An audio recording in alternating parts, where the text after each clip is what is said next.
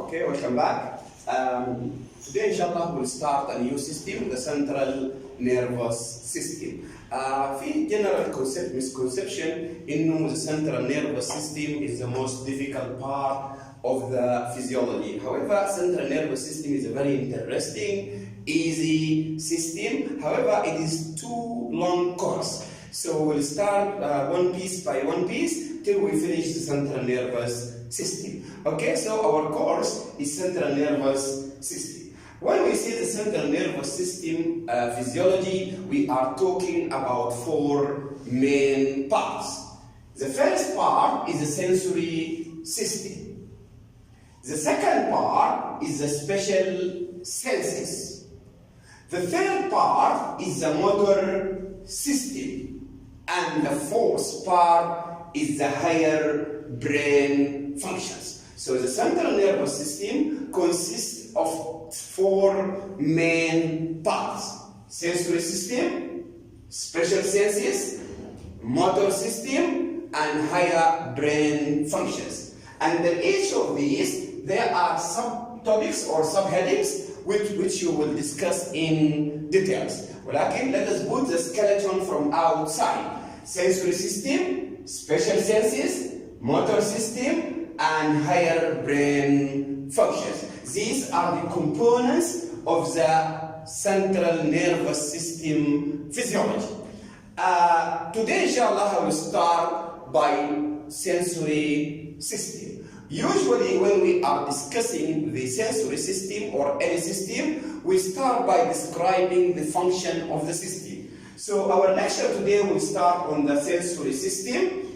And the first thing is to mention what is the function of the sensory system.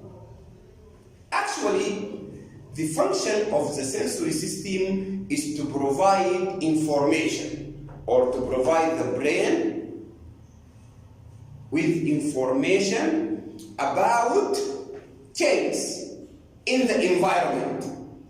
This environment or this change can occur either in the internal environment, that means inside the body, like change in partial pressure of oxygen, partial pressure of carbon dioxide, change in blood volume, change in blood pressure. These are changes inside or changes in internal environment, or change in external environment. For example, change in the environmental temperature, something touching you, something pushing you, and etc. So, what is the main function of the sensory system? The main function of the sensory system is to provide us or to provide our brain with information about the changes in the internal as well as external environment. So,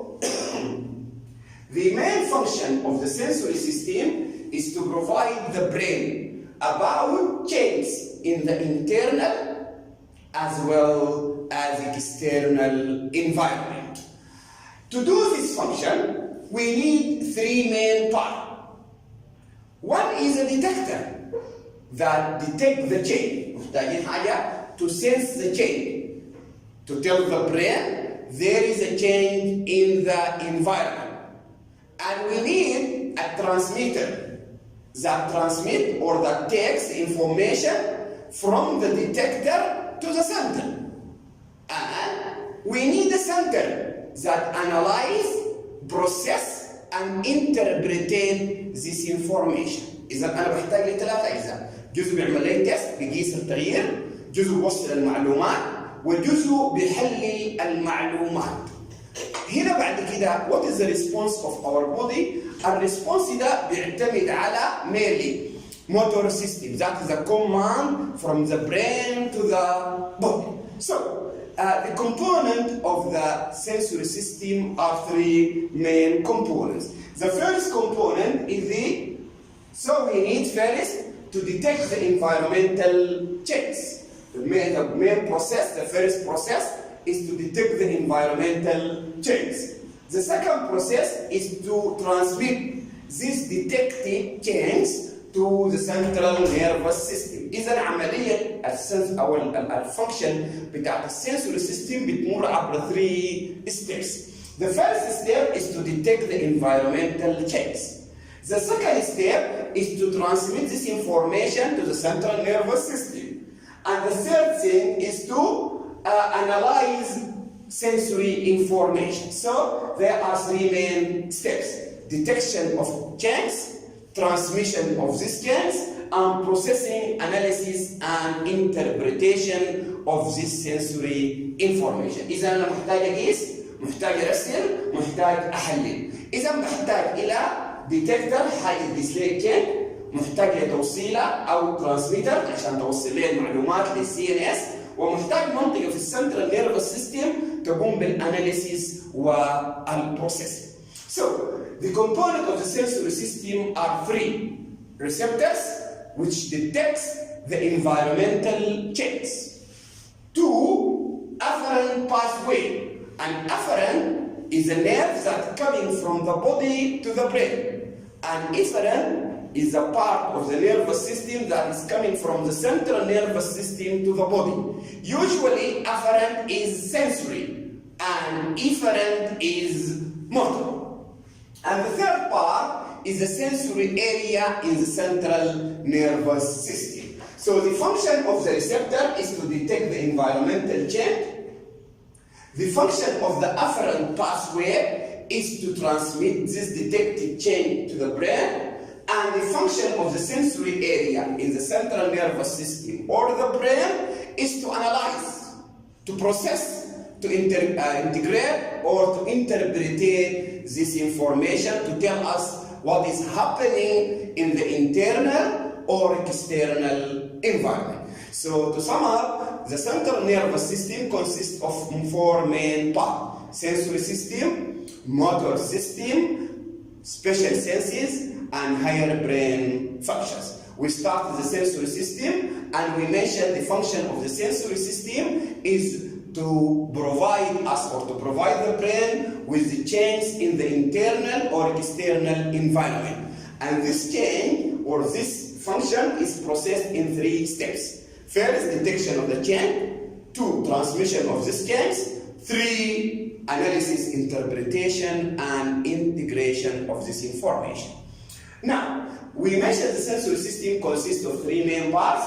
That is the receptor, which is the function is to detect, and the afferent pathway, which conduct or transmit the change, and the sensory area in the central nervous system, which analyze this information. So our lecture today will concern mainly about the receptors. And remember, the receptors are the detectors that sense the change in the internal or external environment.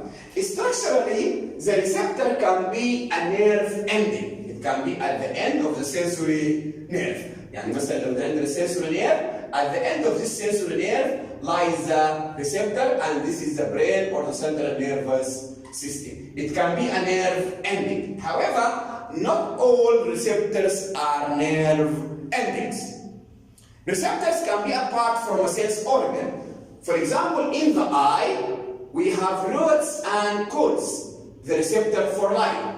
Neither of them are nerve endings. لا, هم ما nerve endings. هم separate organ full of receptors. And then there is a nerve connecting the information from them to the brain. معناها they are not part of the nerve. They are part of a special organ. So structurally, the receptor can be one of 2. Either a nerve ending or part of sense organ. The function of this receptor is to detect the stimulus or to detect the change in the environment and to convert this change into action potential in the afferent nerve. So the process like that. We have a receptor, we have afferent, and we have a central nervous system sensory center or area. That when we apply a stimulus or there is a change in the environment, either the internal or external environment, then this change will be detected by the receptor. The receptor will convert this stimulus into action potential in the afferent nerve. Then, the action potential reaches the central nervous system sensory area. The function of the sensory area is to analysis, interpretation, and processing. The function of the afferent is to transmit the action potential.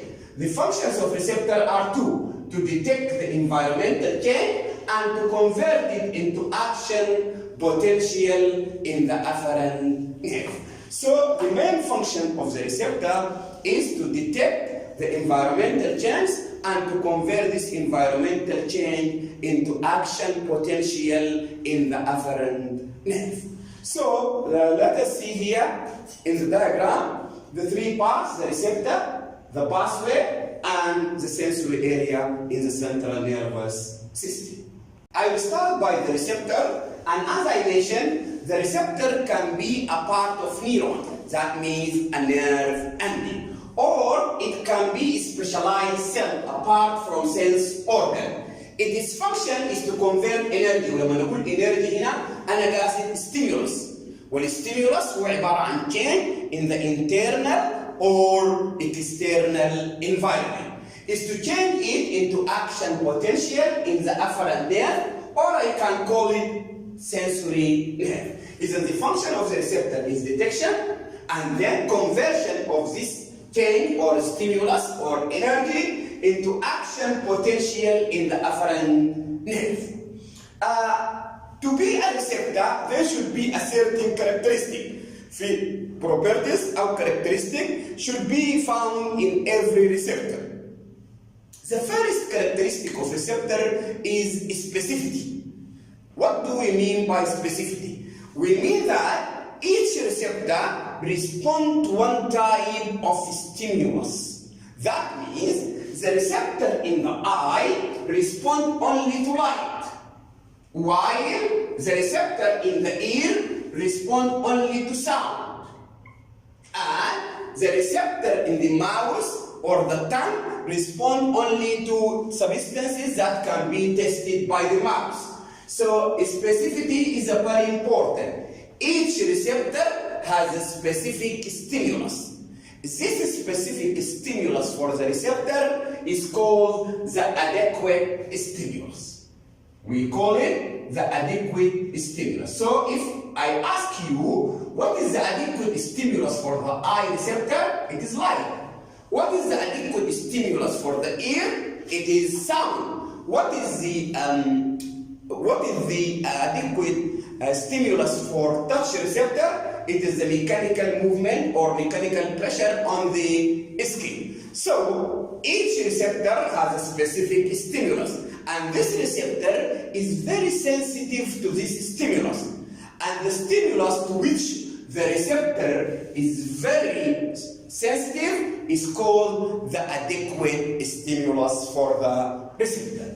So, specifically, each type of receptor is most sensitive to one specific form of energy. It is very sensitive to one stimulus or one type of change, either for temperature, this receptor for temperature. This will not measure anything rather change in temperature. This receptor measures only the change in arterial blood pressure. This chemoreceptor change only according to chemical composition of blood. So each receptor has a specific stimulus, a specific type of stimulus. Well, so the first characteristic of receptor is specificity. The second characteristic of receptor is excitability. And when we say excitability, that means when we apply a stimulus to the receptor should respond. Not only respond, but also convert this stimulus into action potential in the nerve. Yani, if I do have a receptor here, and I apply a stimulus or environmental change, the receptor should detect the stimulus and convert it into electrical or action potential in the afferent nerve. Each receptor which is not excitable will not perform the function of receptor. يبقى ما عندها فايدة إذا ما عندها ability to convert the stimulus into action potential. However, what is occurring in the receptor is not action potential. لو تتذكر في action potential, we said when we stimulate an organ there is two choices, either local potential or action potential. The local potential is local graded potential, and it is mainly, if it is stimulatory, it is depolarization. So what happens? When we apply a stimulus to the receptor will generate a local potential called receptor potential. So what happens if we apply a stimulus to the receptor will generate a receptor potential. Remember, the receptor potential is not action potential. It is a local graded potential, and it is mainly depolarization because it is stimulation. In the lecture of action potential, we said the local potential can be depolarization or hyperpolarization. To stimulate the receptor and to generate an action potential, it should be a depolarization. Then many local potential or receptor potentials together will generate an action potential. Either I apply a stimulus to the receptor will generate receptor potential or local potential. Many receptor potentials together will generate an action potential in the afferent nerve. So the process is like that. The first step is the receptor transform. Transform means تحول, transducer, the type of energy, the type of stimulus or the adequate stimulus to which it is more sensitive. يعني any receptor has a specific stimulus or adequate stimulus. The function of the receptor is to convert it into receptor potential. So when I apply energy or stimulus or K in the environment to the receptor will generate a receptor potential. Remember, receptor potential is non-propagated partial depolarization. The summation of many receptor potentials together will generate propagated action potential in sensory nerve. So the first characteristic of receptor is specificity. The second characteristic of receptor is excitability. Specificity, that means every receptor has a specific stimulus. Excitability means the receptor is able to convert the stimulus applied to it into receptor potential. Then a collection or summation of many receptor potentials together will generate an action potential in the afferent nerve. The third characteristic of receptor is adaptation. Well, adaptation means when you apply a stimulus to a receptor for longer time, the rate of discharge of action potential decreases. تأقلم. يعني مثلا, if I apply a stimulus on this receptor, and the receptor هنا, I apply stimulus continuously. At the start, there is receptor potential, action potential. Receptor potential, action potential. بعد شوية الريت of action potential بيبدأ شنو؟ to decrease. بعد شوية بيبقى 2، بعد شوية بيبقى 1، بعد شوية no action potential. معناها حصل some sort of adaptation. Adaptation means decrease in the discharge despite continuous stimulus. ولكن for adaptation to occur, there should be two characteristics for the stimulus. عشان الستيمولس يحصل له adaptation لابد من وجود شرطين. الشرط الأول, the stimulus should be continuous. يعني if you remove the stimulus and re-stimulate, the receptor will be re-stimulated and generates receptor potential. فلازم الستيمولس يكون continuous. الحاجة الثانية ممكن لازم يكون constant strength.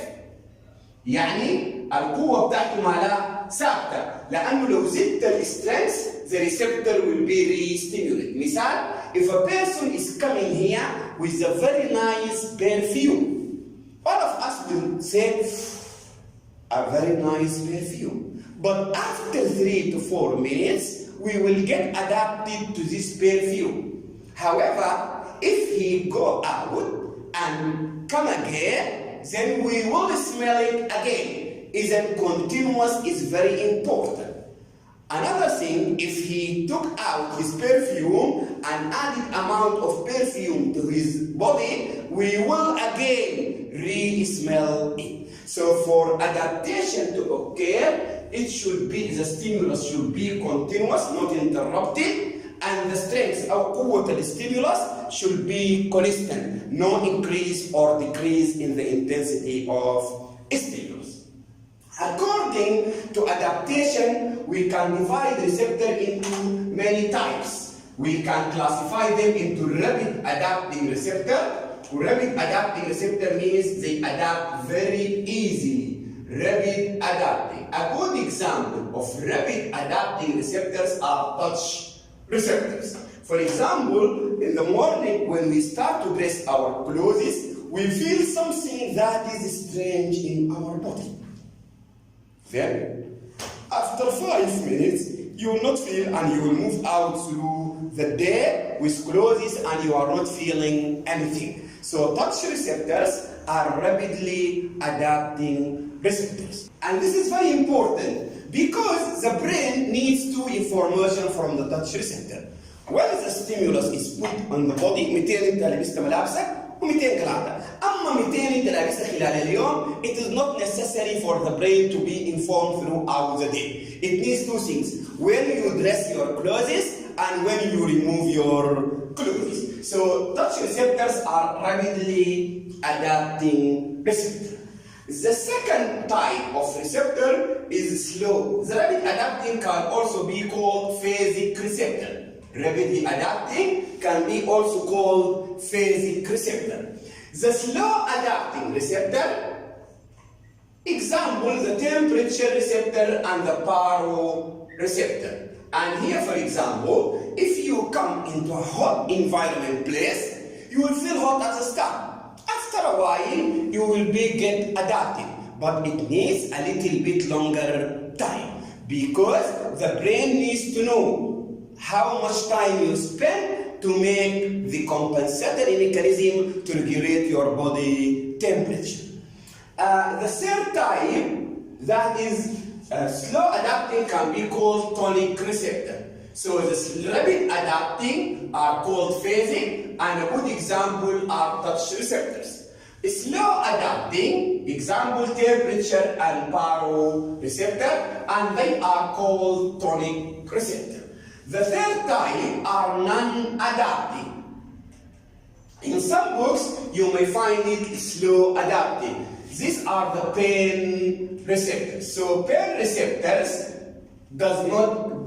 receptors do not adapt at all. Well, this is a very important issue because if human is adapted to pain, he will not seek for medical advice and he will not go to the doctor. So if you get adapted to pain, pain is an alarming sign that tell you there is something wrong inside your body and please go to the doctor. So if you feel you didn't feel the pain, then you will not seek for medical advice. So pain is necessary as alarming sign to protect our body from damage. So pain receptors are non-adaptive. So adaptation means a decrease in the rate of discharge of receptor upon constant stimulation. If there is constant stimulation, the rate of discharge will be decreased. And I mentioned rapidly adapting receptor,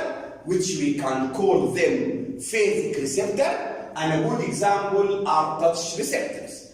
Or slowly adapting receptors or tonic receptors like baroreceptor, temperature receptors, and proprioceptor. And non-adapting are pain receptors. So to sum up, characteristics of receptors are three: specificity, excitability, and adaptation.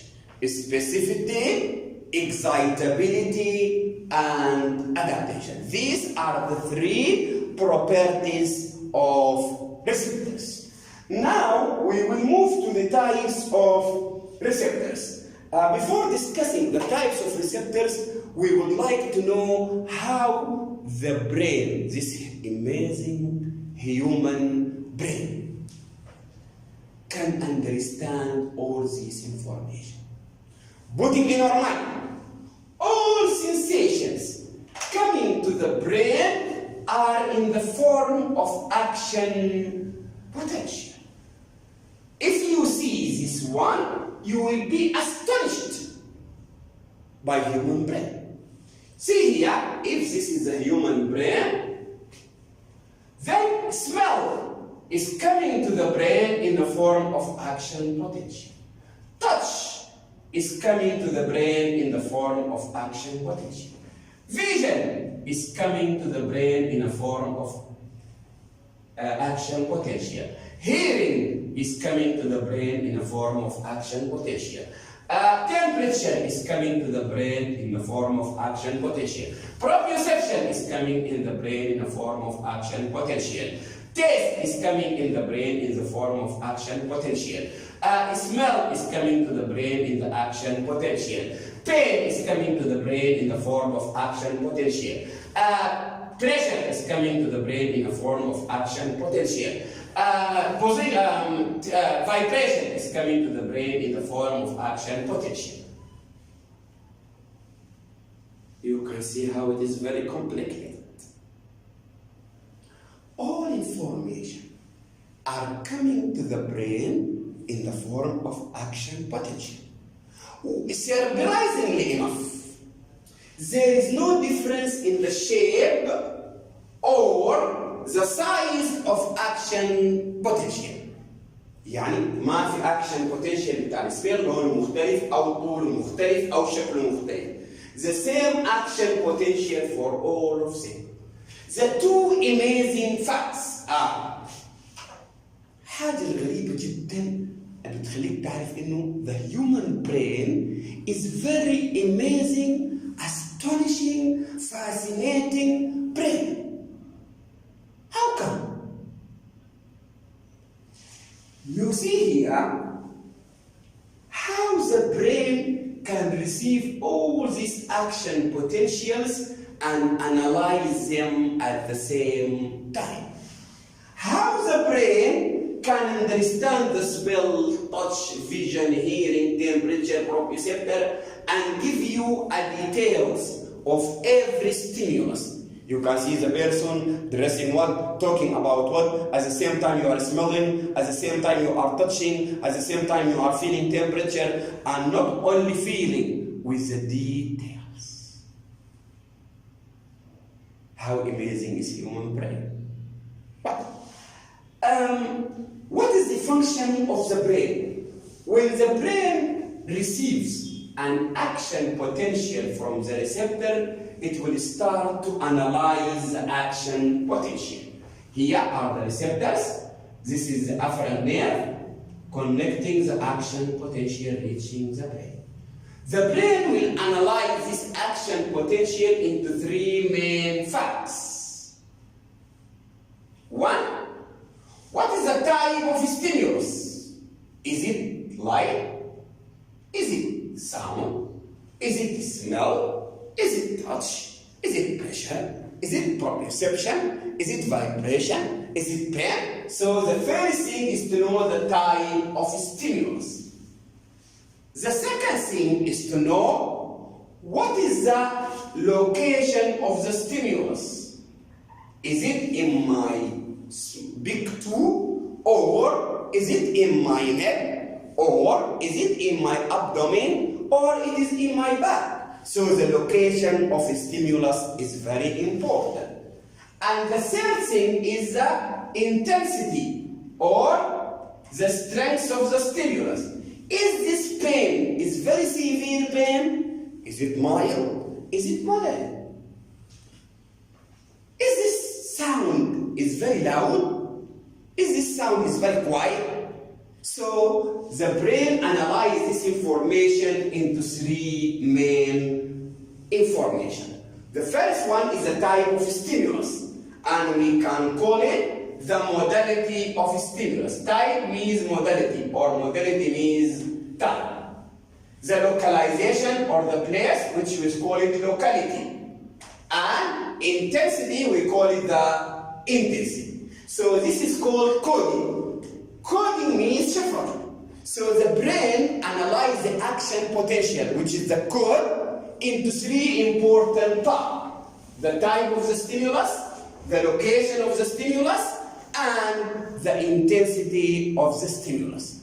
We should know how the brain identifies the type of stimulus, how the brain identifies the locality of the stimulus, and how the brain understands the intensity of the stimulus. So, we have modality, locality, and intensity. Let's start by modality or type. How the brain knows the type of the stimulus?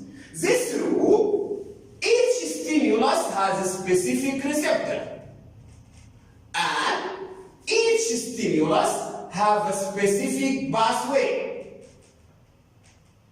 and every stimulus has a specific sensory area or sensory center in the brain. For example, the receptors for vision are found in the eye. They are carried by the optic nerve, and they reach the occipital lobe in the brain. So it has a specific receptor, a specific pathway, and a specific area in the central nervous system. For another sensation, for example, let us say hearing. The receptors are found in the ear. This is the cochlear nerve, and this is the superior temporal gyrus in the brain. So every sensation has its own receptor, its own pathway, and its own sensory center in the brain. So the brain can understand it by knowing the type of receptor, the specific receptor, the specific pathway, and the specific. So every sensation has its own track and a special system for analysis. So the first step is to analyze the modality of stimulus. The modality is a sensation which we feel when the action potential reaches the brain, and can be known by a specific stimulus for each receptor, a specific pathway for each modality. Modality means type of stimulus, and in a specific area in the central nervous system. So back, the brain analyzes the action potential into three things: the modality of stimulus, the locality of the stimulus, and the intensity of stimulus. The type of stimulus or the modality is determined by three things. One, specificity of receptor. Two, specificity of pathway. And three, the specificity of area in the central nervous system.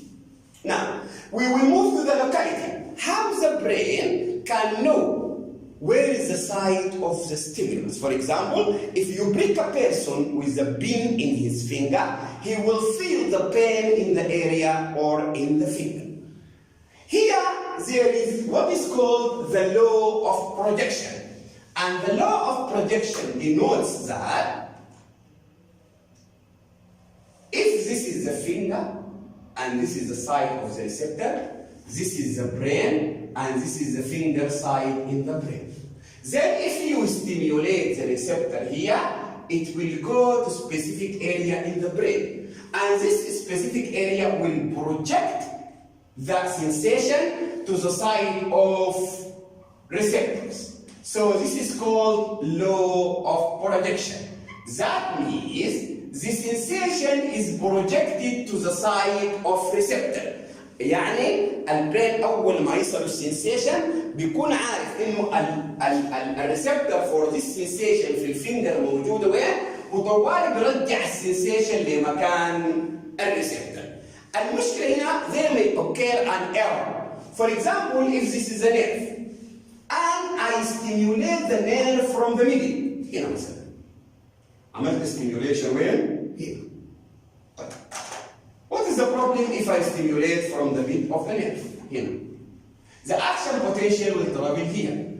But there is no receptor. I press the nerve. So the sensation will be projected to the side of receptor. So the brain is accustomed متعود. طوال أول ما يصل السنسيشن بتاع الباثوي ده من الأصبع المعين بيرجعوا لمكان الريسبتور، حتى لو أنت عملت ستيميوليشن من منتصف المشوار، يعني ما عملت ستيميوليشن للريسبتور، عملت ستيميوليشن من الباثوي، وبالتالي it will be projected to the side of receptor. ودي كان explain the process of phantom limb. Phantom limb اللي هو الجزء المبتور. If a person has an amputated finger مقطوع and you press here on the area which is amputated, then it will go to the brain and the brain will project it to the area of receptor which is not actually present. دي الحاجة الغريبة مش كده؟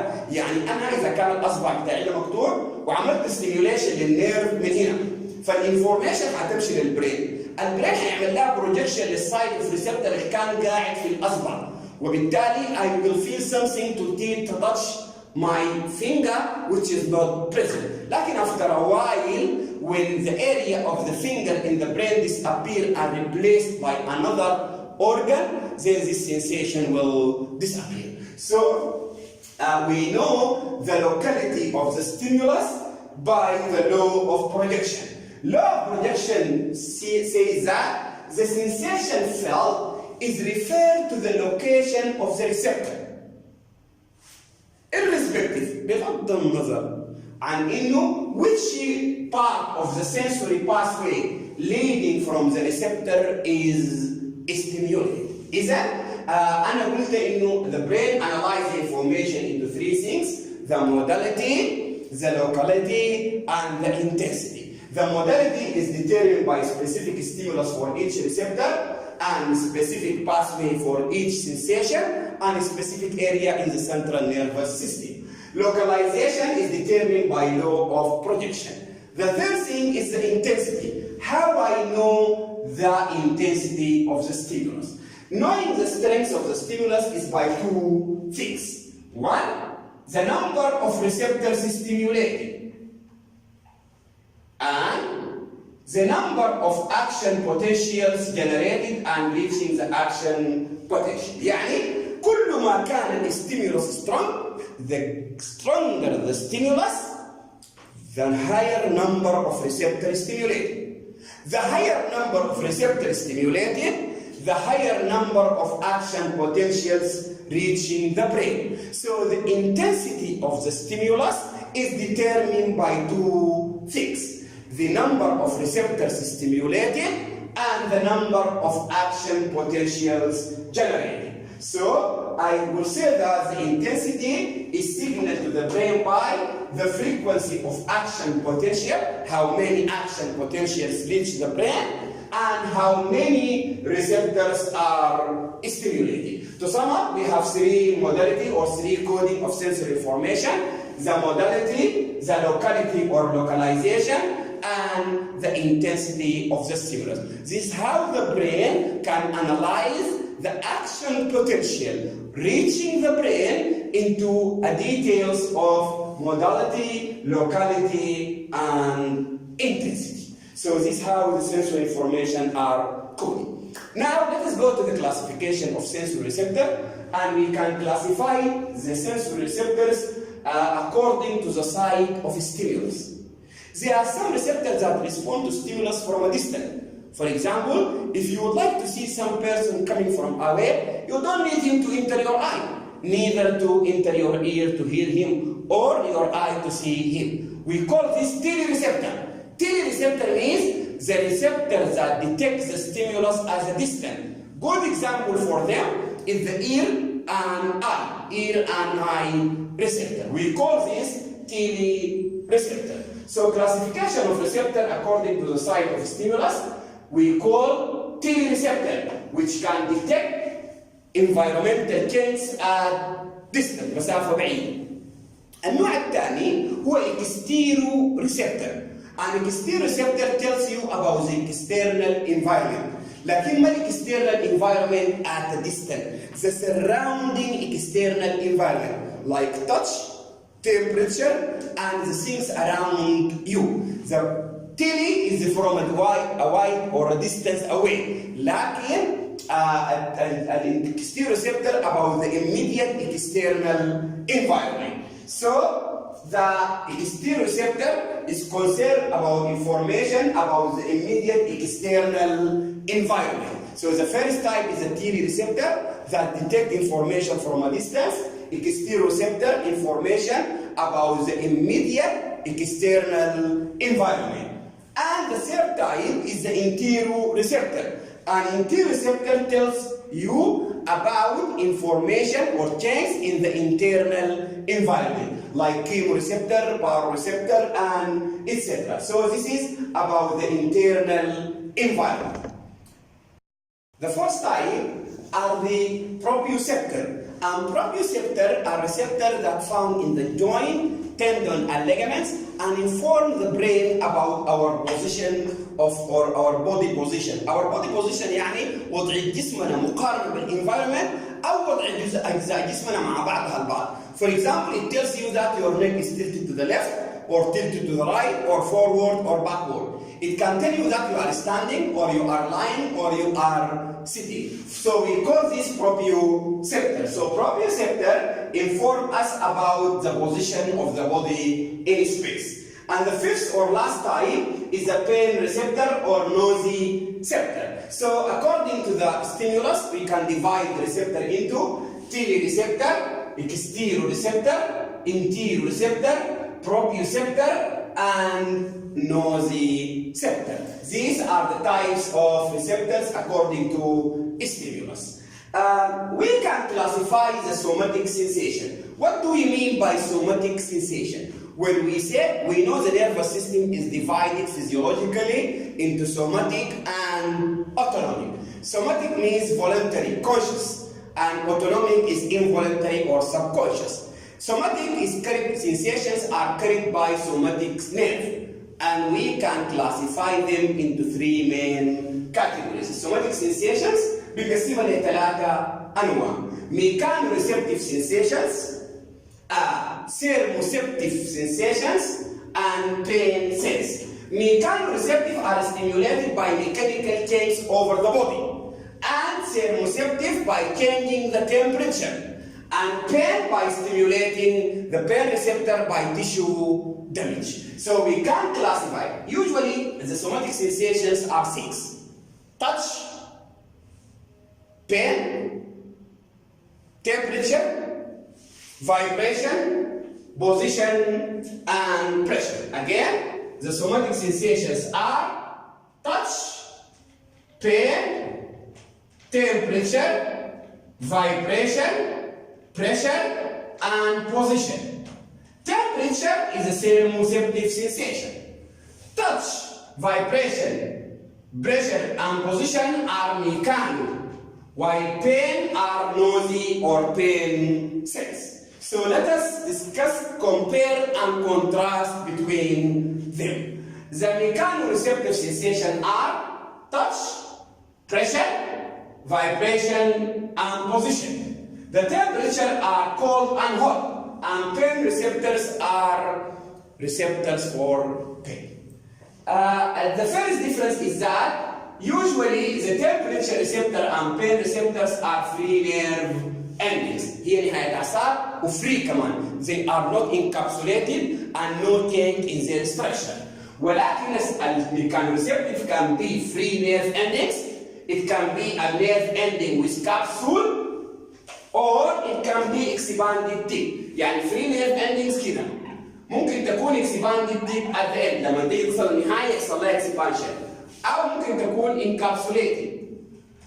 أو hair follicles أو nerve endings around hair follicles. إذا المقارنة الأولى في التايب of receptor. Mechanoreceptors can be free nerve endings, encapsulated, expanded tip, or nerve endings around hair follicle. But the temperature and pain receptors are free nerve endings. The second difference in the location. The receptors for mechanoreceptive sensation can be found in the skin for touch, for example, and pressure, subcutaneous tissue also for touch and pressure, muscle and joint for proprioceptor, and hair around follicles like itching and etc. The receptors for temperature are found mainly in the skin, and the receptor of pain are found all over the body except in 3 areas: the lung, parenchyma, the liver, parenchyma, and the brain tissue. And these 3 areas do not contain pain receptor. You can do surgery on the brain or in the liver or in the lung without feeling pain. But the pain usually in the lung comes from the pleura, the pain in the liver comes from the liver capsule, and the pain in the brain coming from the meninges. But the liver parenchyma, the brain parenchyma, or the lung parenchyma, there is no receptors for pain. The stimulus for mechanoreceptor is mechanical displacement, touch, pressure, vibration, position. There is a mechanical change in the body. The stimulus for temperature is either heat or cold, and the temperature for pain is a tissue damage. So the stimulus for pain is a tissue damage. The temperature stimulus is heat or cold. The temperature and the stimulus for mechanoreceptor is mechanical displacement of receptor. Then, finally, what is the type of afferent nerve? The mechanical sensation are transmitted either by A delta or A beta fiber or A delta fibers. While the temperature is carried mainly by A delta fiber, the pain is carried by A delta and C fiber. You know, the nerve fibers are classified into 3 types: A, B, C. And A is divided into A alpha, A beta, A gamma, A delta. A is myelinated, B is myelinated, and C are unmyelinated. A is thicker and faster, B are thick and fast, and C are thin and slow. A alpha is more thicker and more faster. So the transmission of mechanoreceptor is faster than temperature, and it is faster than pain. Pain has 2 types: slow pain, and slow pain is transmitted by C fibers, and fast pain is transmitted via A delta fiber. While temperature is carried by A delta fibers, and mechanoreceptive are carried by A beta fibers mainly, which is the fastest type of nerve fibers. So to sum up, we mentioned that the sensory system or the central nervous system consists of the sensory system, special senses, motor system, and higher brain functions. We mentioned the function of the sensory system is to inform our brain about the change in the internal and external environment. The process or the function passes through 3 processes: detection of the environmental change, transmission of this change to the brain, and analysis there. So we need a detector, which are the receptor,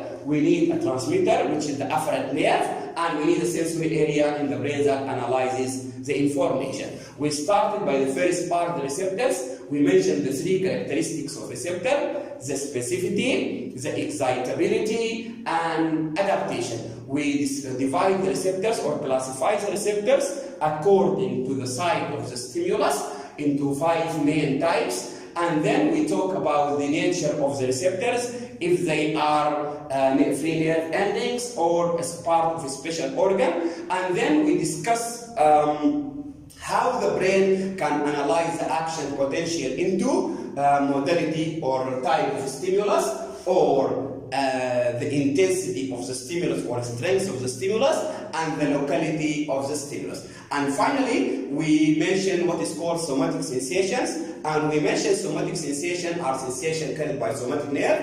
We divide them into mechanoreceptive sensations, which include touch, pain, temperature, touch, pain, pressure, and vibration.